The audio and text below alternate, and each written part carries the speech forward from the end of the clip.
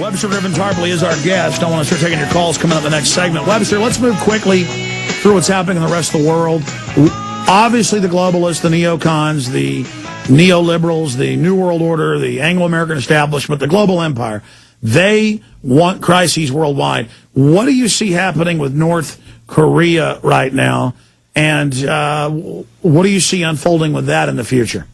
Well, North Korea has traditionally been used by the U.S. Under Bush, let's say, to maintain imperial discipline in Northeast Asia, especially when the U.S. was getting ready to attack Iraq under Bush. You might have thought that when the cat's away, the mice will play. That might have given Japan and South Korea the chance to do something independent on their own.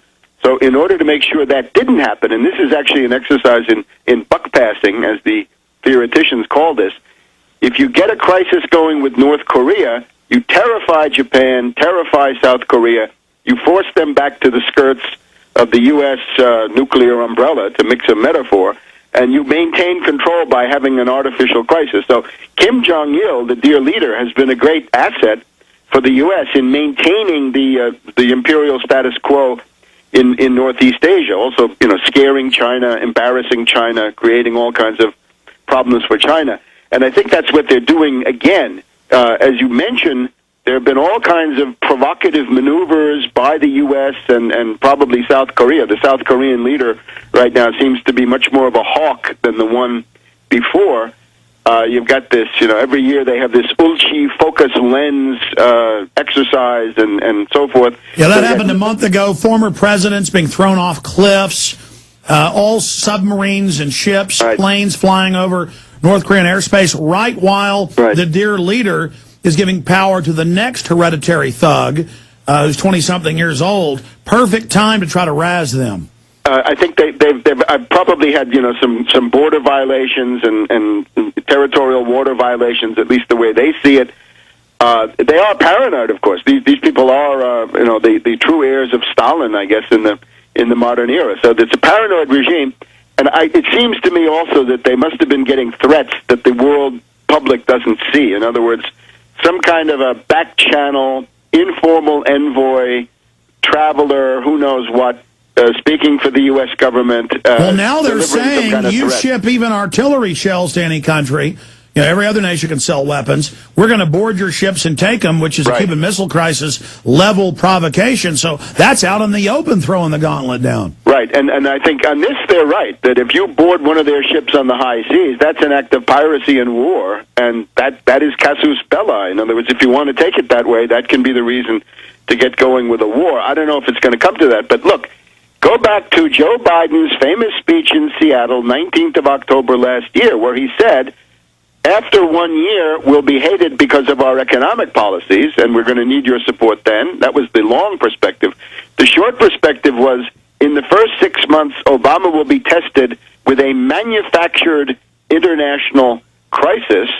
So 6 months takes us up to the 20th of July. So we've got a little bit less than a month for this to happen. And the hype now, of course, as everybody can see, is that there's going to be some kind of a missile test from North Korea on or around July 4th, that this is a great affront to the U.S. We've got the Patriot missile battalions, I guess, sent to Hawaii, demands for more ABM interceptors in Alaska, and so forth. But in reality, North Korea has put out their international alert, as all governments do when the U.S. and Russia test missiles, saying we're firing a missile into this area in and around this date. Nowhere near Hawaii it's come out, and it's on the death date of the first thug. They always test missiles, it turns out, on the death date, the day he died. So this is more just manufactured crises. Right, and of course it is their right to test missiles within certain parameters, right? Everybody else does it, right? Pakistan, India,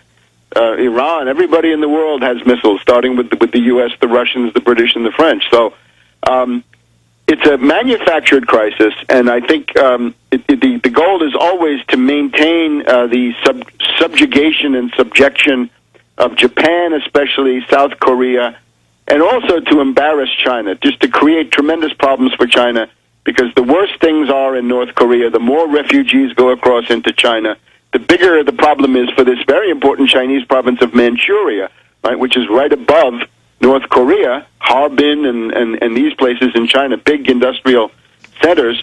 So it's a cynical crisis being artificially created by people like Biden.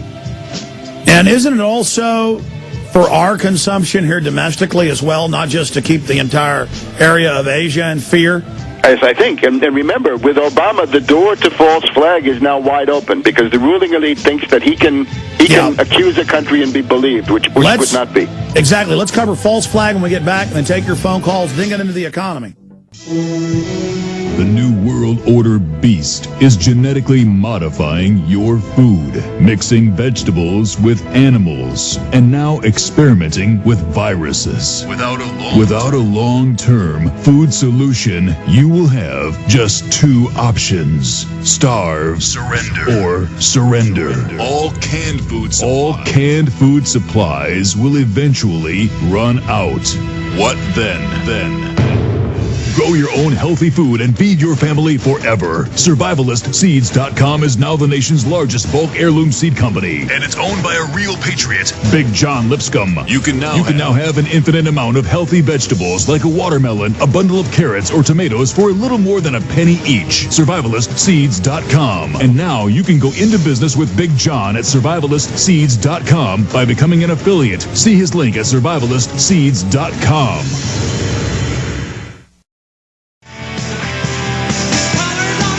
Johan, Anthony, Annie, many others.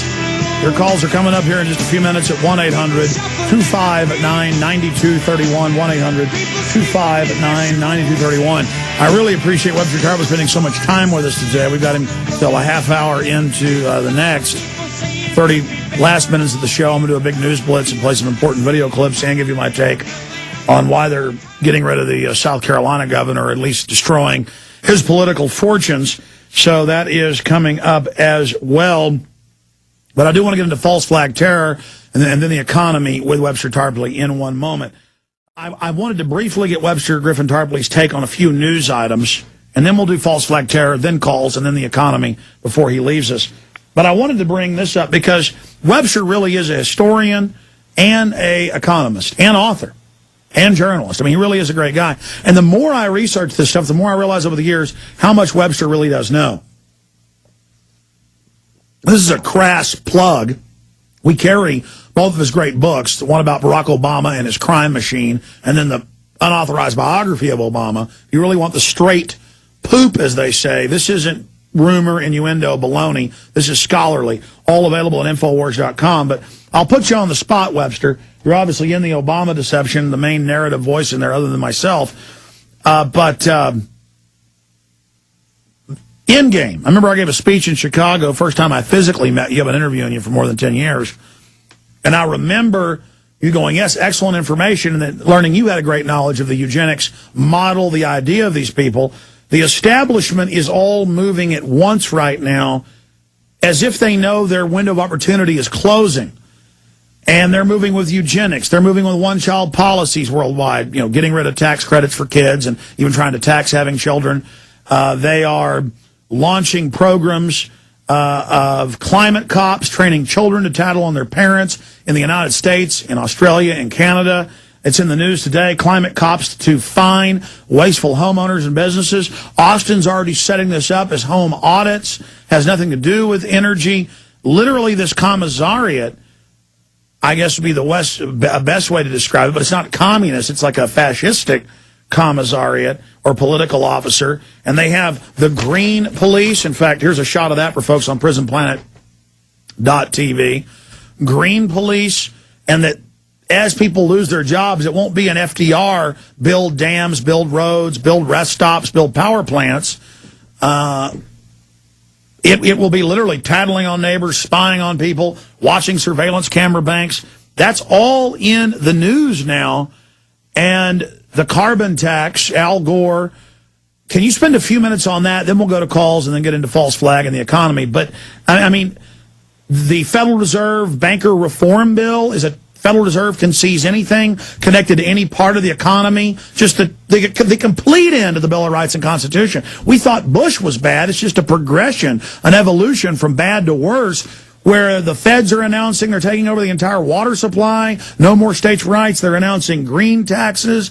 They're announcing total takeovers, banking takeovers, Homeland Security reports saying all gun owners and veterans are terrorists. I mean, it's so over the top, I'm having trouble processing it all. Are they trying to just bum rush us like a human wave attack of tyranny, where we may shoot down 5 or 6 of the things, but 3 or 4 will make it, and any one of these is like a hydrogen bomb being brought into liberty's bosom?